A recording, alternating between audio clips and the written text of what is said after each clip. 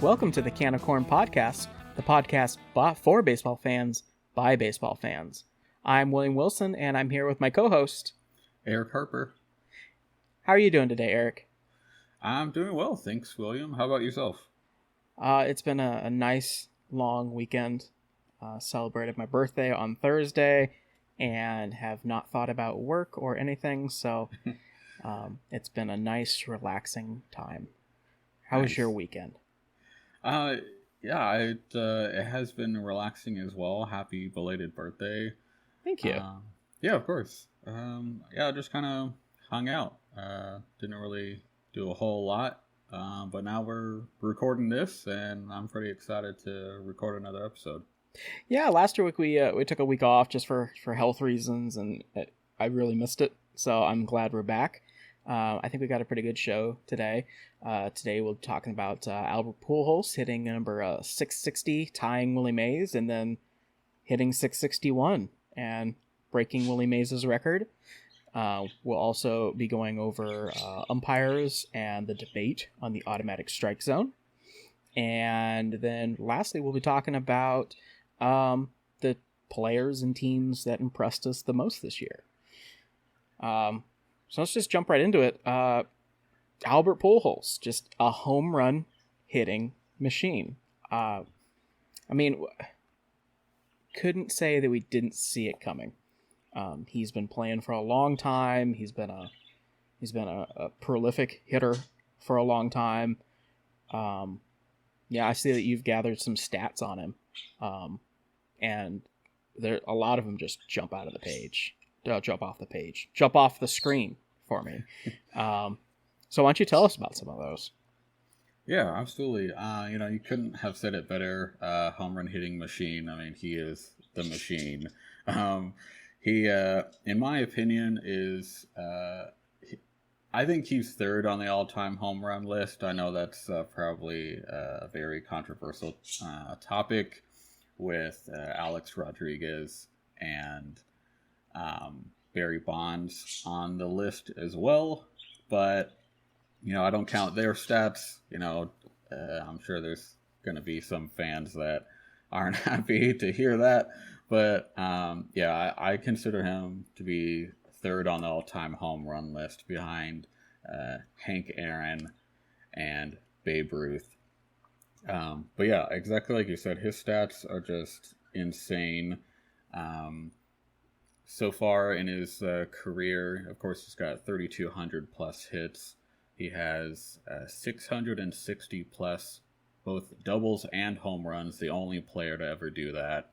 Last night, he had a sacrifice fly to get himself to 2,100 career RBIs, which puts him as one of just three players to ever have 2,100 RBIs or more. Also with Hank Aaron and Babe Ruth there. So that's some incredible company to have. If you look at his numbers when he was with the Cardinals, and if there's any Cardinals fans listening to this, I'm sorry. I'm sure the last decade without him has been, sad. You're seeing him, get all these accomplishments in a different jersey. But yeah, from 2001 to 2011, when he was with the St. Louis Cardinals, he averaged 328 batting average, a 420 on base percentage, and an OPS of 1.037. I think that is probably the greatest 10-11 year stretch in baseball history. The only player to ever average 300 batting average, 30 or more home runs, and 100 or more RBIs in their first 10 seasons in the league. I think he's probably the greatest right-handed hitter baseball has ever seen, at least in my opinion. And if not that, then I think at minimum the greatest National League hitter of all time, in my opinion. Yeah, he's a freak. He's definitely going to be first ballot Hall of Fame, and I would love to question anybody who doesn't give him a first ballot vote. That's just insane not to. But you know what's going to happen. There's always some of those people that, for some other reason or not, they just didn't like the player, didn't like the guy. Yeah, he's going to go down as one of the all-time greats. He's got that short, compact swing. He's just got so much power in that bat that is, I think rivaled by only a few players in baseball right now. Aaron Judge, Stanton, guys like that. Congratulations to him. Honestly, a nice guy. Couldn't have happened to a nicer guy. I don't think his career is going to last too much longer. So if I were you, I'd be sure to watch some Angels games, because not only do you have Pujols out there hitting dingers, you got Mike Trout just quietly being the best player in baseball. So, umpires. So when I say umpires to you, what's the first thing you think of? I think of, sad to say it, some not great things. Especially lately, a lot of umpires that, kind of tend to have a little bit of a power trip. I think of the umpire, what's his name? Angel Hernandez, I think his name is. Just the controversy surrounding him. I think some not so great things when I think of umpires, unfortunately. Yeah, there's a saying that if a umpire shows up in social media, it's probably not going to be a good day for them, or they did something wrong. And I have been seeing a lot of Angel Fernandez and Joe West just popping up in the news, and every time I see their name, I scratch my head at just why they're still umpires. If you were to Google worst umpires in the MLB right now, the top 3 are Angel Fernandez, C.B. Buckner, and Joe West. And I think they nailed it. I especially Joe West. He's such a prima donna. He loves just to argue, and he loves to instigate, and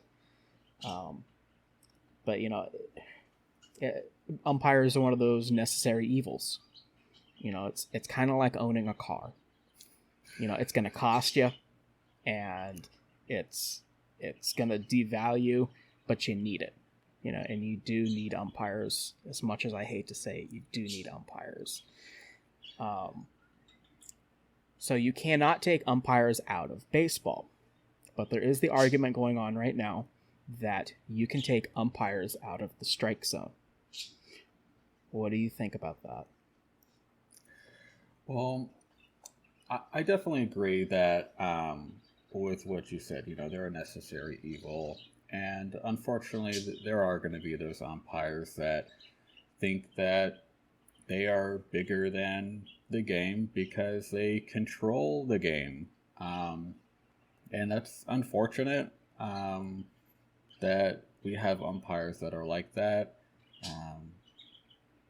They probably at the same time don't like players that think that they are bigger than the game. So maybe a little bit of hypocrisy on their part. But as far as, taking the umpire out of the strike zone, I personally am not a big fan of the idea of the robot ump. I think as a hitter or a pitcher, you have these scouting reports for your opponent. And I think you also, what makes baseball so great to me is the human element of it, of how the game is not perfect, how it's not always going to be fair, and it is constantly creating hurdles that you have to overcome in order to win. And so that's what I like about the game so much, and I think the umpire is one of those hurdles to overcome that I think makes baseball great. I mean, to be a superb hitter, then you have to know what the umpire tends to call as a ball or a strike. And you have to, yeah, it's one of those like the game within the game to me. So I'm not a big fan of removing the umpire out of the strike zone. Um, yeah, I think that the imperfect part of the game is what makes baseball so perfect to me. Yeah, you gotta love its imperfections, right?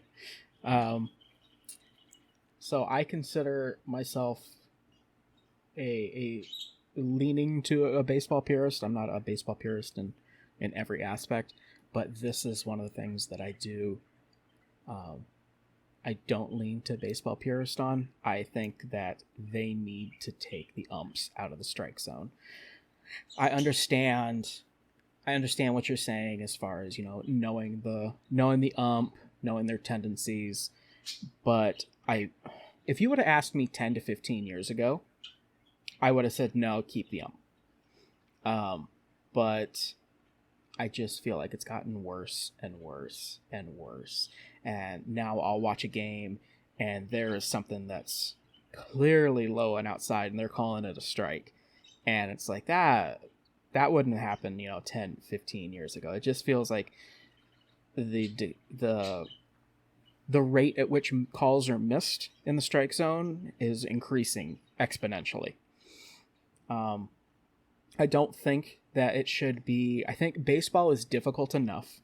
You're hitting a round object with a round object that you have milliseconds to decide if it's going to be in the strike zone or not. And then that's just from the batter's perspective. If you're looking at the pitcher's perspective, you're trying to throw a ball that has enough spin rate, it has enough velocity, and you're trying to get it in a relatively small area. You can't throw it over the heart of the plate. You've got to hit your corners. So I think baseball is difficult enough without, batters and pitchers having to know the umpire that's going to be behind the plate. There's already a lot of variables in baseball. I mean, if you're a 300 hitter, you're a great hitter. That means you're failing 70% of the time. Only in baseball could you fail 70% of the time and be considered a superstar in your sport. So I think that there's already enough variables, and I think that there's way too much guesswork that goes on behind the plate. Now, as far as the field, I think that's where you can keep the umpires there because you've already got replay. I think baseball putting in replay is one of the best things that they've done. Yeah, I would definitely agree. I was hesitant about replay at first, and I guess I tended to think that, oh yeah, you're taking away from the human aspect of the game with the blown calls or stuff like that. But yeah, we all hate to see a rally get stopped. If a call is missed, someone is called out on a bang bang play at first. And when really, if they took a look at it, then, the inning could continue.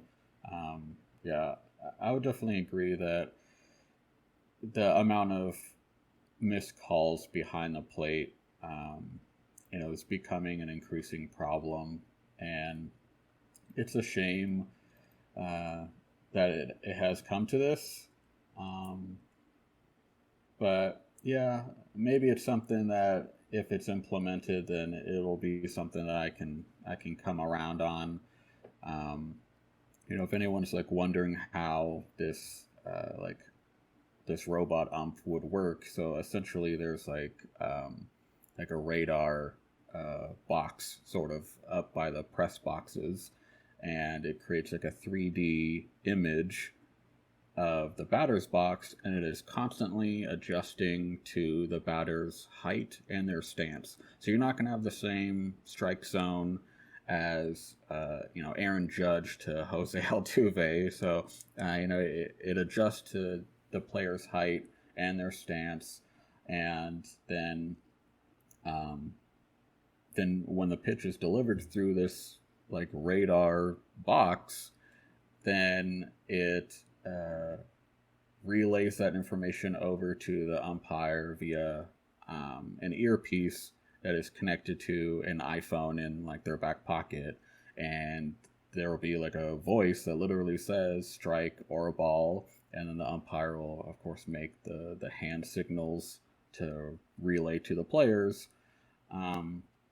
So it's not really too complicated of a process, which is nice. Of course, anytime that there's like an issue with it, if the phone glitches or the box has some sort of technical difficulty, of course, then the umpire can just go back to just being a human umpire. So you can just go back to blowing calls. Yeah, exactly. So like the repercussions of it failing are like, there is none. You're still going to have a person right there, which is nice. It's, it would be really weird if it was just a catcher there and then, some like disembodied voice in the stadium says, hey, that's a strike or something like that. That's when I would probably go, hey, there's a little bit too much. But, I'm glad that there is still the person there, even if it is taking a core aspect of their job away. But of course, they still have to be there to, call people safer out at home plate, and stuff like that. So, yeah, maybe it's just something that I have to give a try, and we'll see how it goes. I do admit I gotta be a little bit more open to the changing of the game. Baseball's not going to stay the same all the time. So yeah, we've seen a radical change, speeding up, the game speed, just players themselves. I mean, we're seeing a lot more strikeouts and a lot more home runs. So there's obviously a focus on, the long ball. And I think all of that is to engage this younger generation and to create a new generation of baseball fans. It's to the younger generations, and it's not as exciting and flashy of a sport as NBA or the NFL, but there is strategy, and there is just the component of this is the most difficult thing to do in all of sports, is to hit a ball. And I think that people do need to be open to change in a moderate amount. I don't think keeping this universal DH is a great idea. We've talked about that before. I'm not a huge fan of it.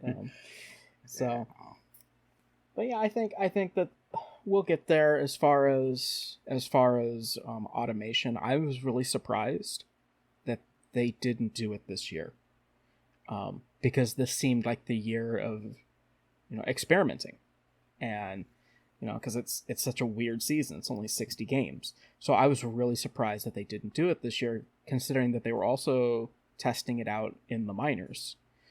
I don't know what the reasoning was behind not doing it this year, but I hope maybe they can experiment with it later on, maybe next year. I think that'd be interesting. Yeah, definitely. And you make a great point also, bringing up how the game is wanted to bring in more viewership. Maybe the electronic strike zone would force pitchers to make kind of like the perfect pitch and not kind of get away with stuff. And if that means putting one actually in the strike zone, then maybe it would increase offense and make this sport more entertaining for new viewers as well. There was one of my favorite baseball anecdotes is, and I guess my opinion kind of is shaped around this anecdote is that there was a rookie pitcher that was facing Rogers Hornsby, and this was during Hornsby's 5-year streak where he averaged 400 over those 5 seasons. And that's ridiculous. Yes. And this rookie pitcher threw 3 pitches to Hornsby. 3 from what history has said, the story that all 3 were in the zone, and the home plate umpire Bill Clem called all of them a ball.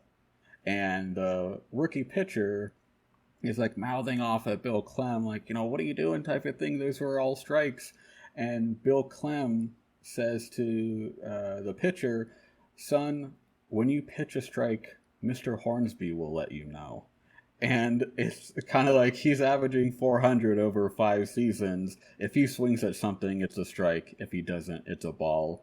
And, that sort of anecdote is what I love about baseball. And I think we would, not that would probably happen in today's game, but it would eliminate that from possibly ever happening if there's a robot umpire. I guess it something did happen recently when I was watching MLB Network this last week. Mark DeRosa was telling a story of that he was playing in a game against the Giants when they had Barry Bonds, and it was a 3-2 pitch that went right down the middle to Barry, and he took it, and it was called a ball. A pitch down the middle called a ball to Barry Bonds, and by the time Barry got around to Mark DeRosa on the base path, I think it was at second base, Barry asks DeRosa, where was that pitch? And DeRosa says, like, hey, you want me to be honest with you, or you want me to lie? And Barry says, no, be honest. Tell me, where was it at? And he says, Barry, that was right down the middle. And Barry says to Mark DeRosa, see, now you get it. And it's just kind of that same sort of Rogers Hornsby situation where I'm such a great hitter, they fear me, I'm going to get these calls because of who I am. And, maybe there's fans out there that don't like that. I kind of think that that's cool. I like that aspect about baseball where you earn those strikes, just like the pitcher. If you got Clayton Kershaw, who, is, in the 9th inning of a no-hitter or something like that, he's going to get a call because he's Clayton Kershaw, and I think he deserves it. So I think we kind of are going to miss out on that if we start doing the robot, umps. But, I guess we'll just have to see how it works out. The one thing I can say about robot umps is don't let the Houston Astros get a hold of that technology, because they will find some way to mess with it. Yes. They already did it with a trash can, so. Oh, yeah.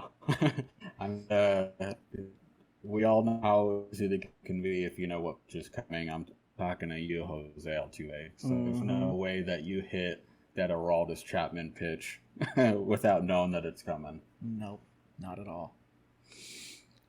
So let's just go right into the teams and players that have impressed us the most this season. This is like we've said 1,000 times already, this is a strange season, so we're going to have some weird numbers, but I think 60 games is a pretty good sample size to see, the trajectory of a player. Also, isn't today the last day of MLB games? It is, yeah, unfortunately.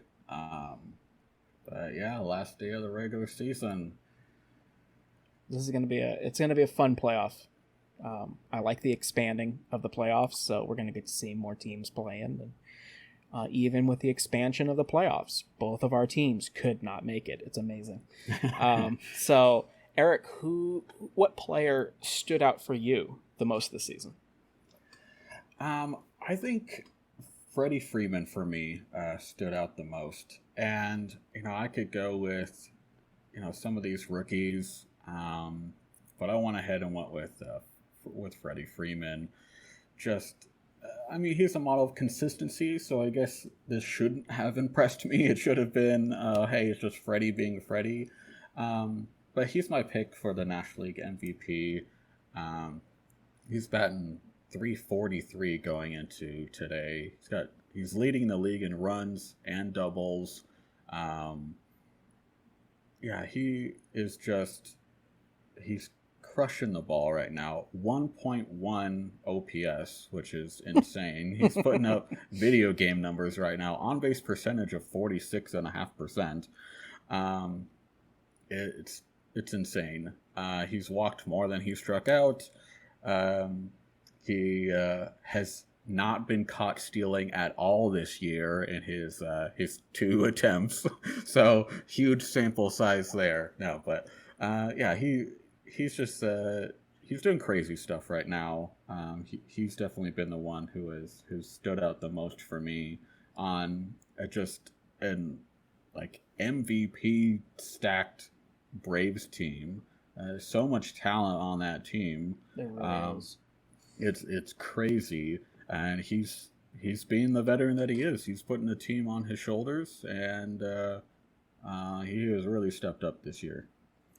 Yeah, when I was looking through a bunch of these players, Freeman came up for me as one of my options. Another person that came up was Trevor Bauer. Trevor is just lights out this year. He's a 1.73 ERA and 100 strikeouts. Wow. Unfortunately, a 5-4 record. That's definitely not his fault. That was a subpar offensive Cincinnati team. But I had to give it to DJ LeMahieu. He's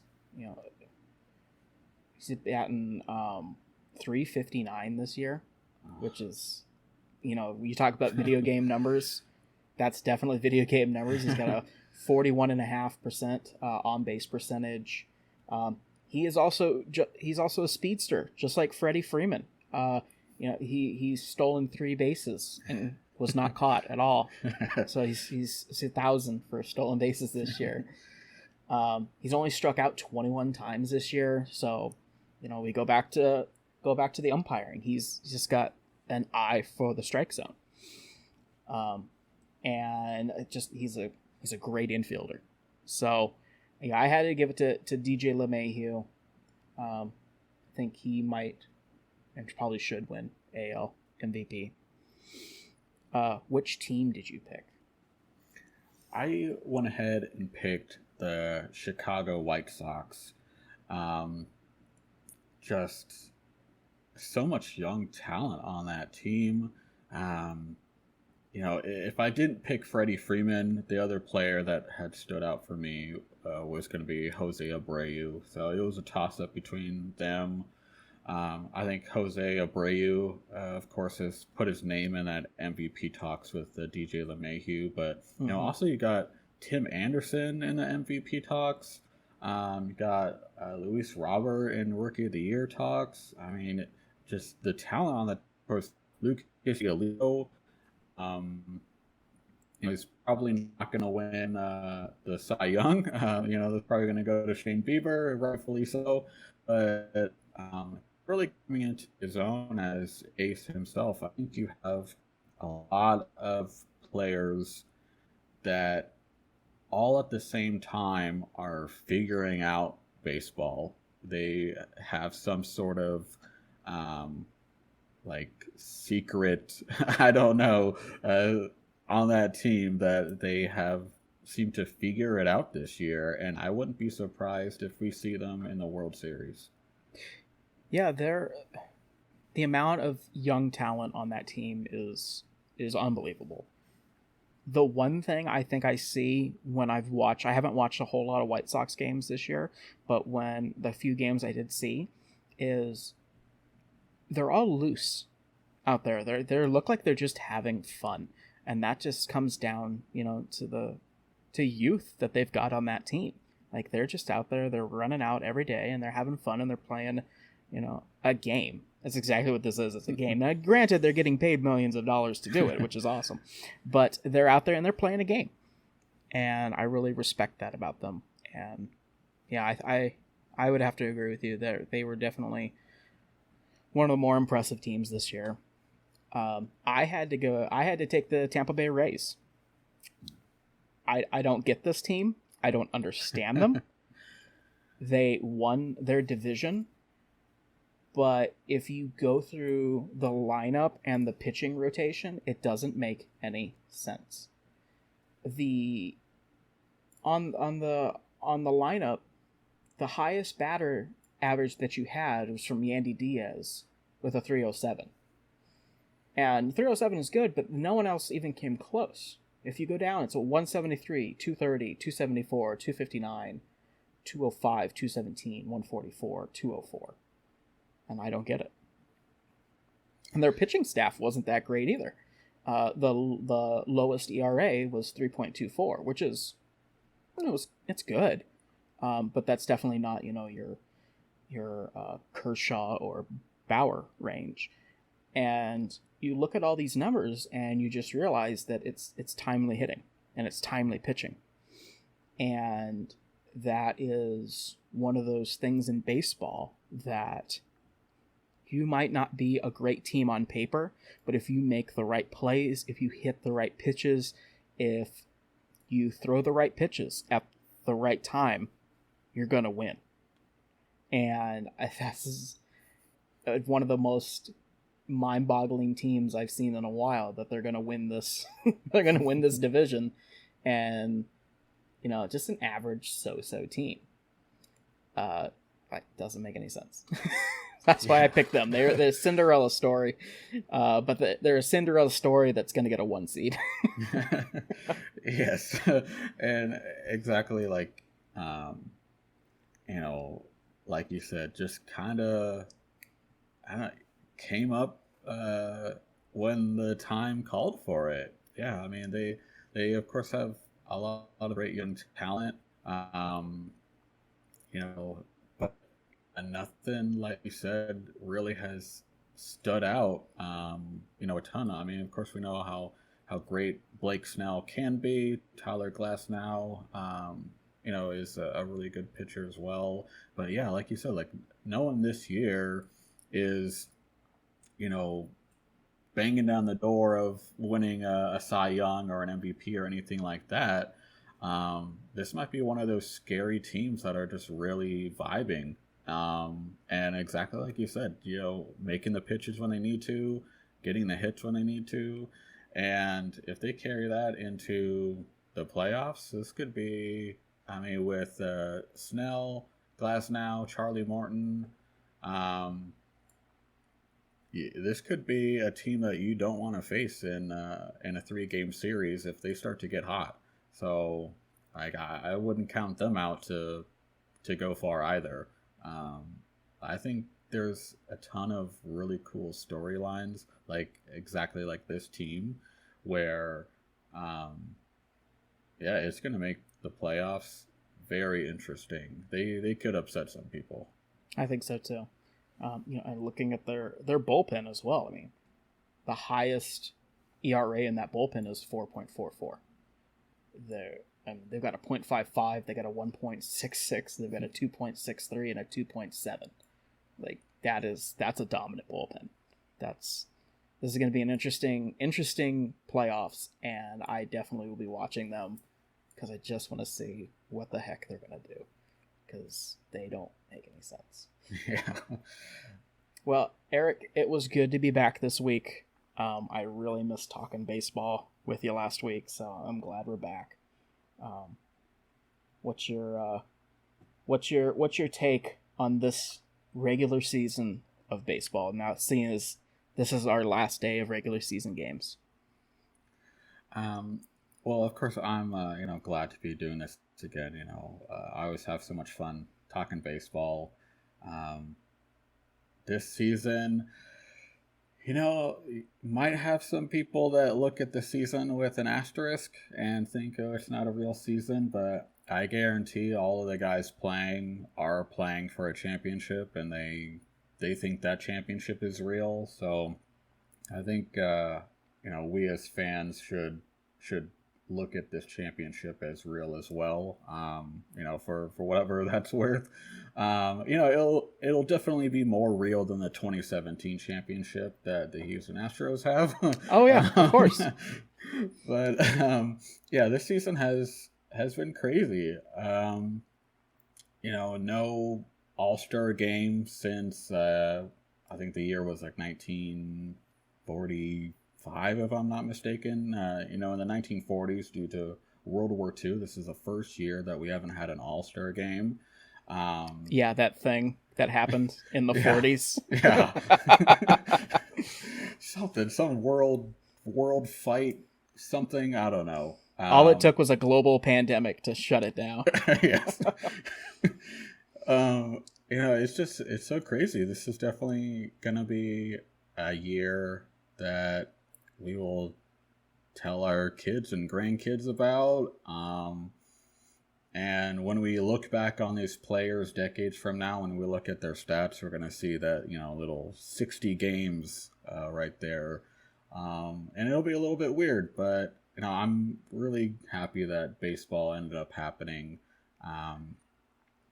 It would have been a really, really bad 2020 if we didn't get to watch any baseball. So I'm happy for what little baseball we did get. Yeah, exactly. You got to look at the positives, and the positives were we got 60 games of regular season baseball, and that couldn't have happened soon enough because I was starting to go crazy. So looking forward to the playoffs, looking forward to seeing the storylines there, and looking forward to doing this again next week. So thanks so much for listening to the Can of Corn podcast. Be sure to show some love by leaving us a review on Apple Podcasts. Also, if you'd like to get in contact with us, you can always email us at thecanofcornpodcast@gmail.com. Be sure to tune in next week for more baseball talk. Thank you for joining us. See you later, and so long, everybody.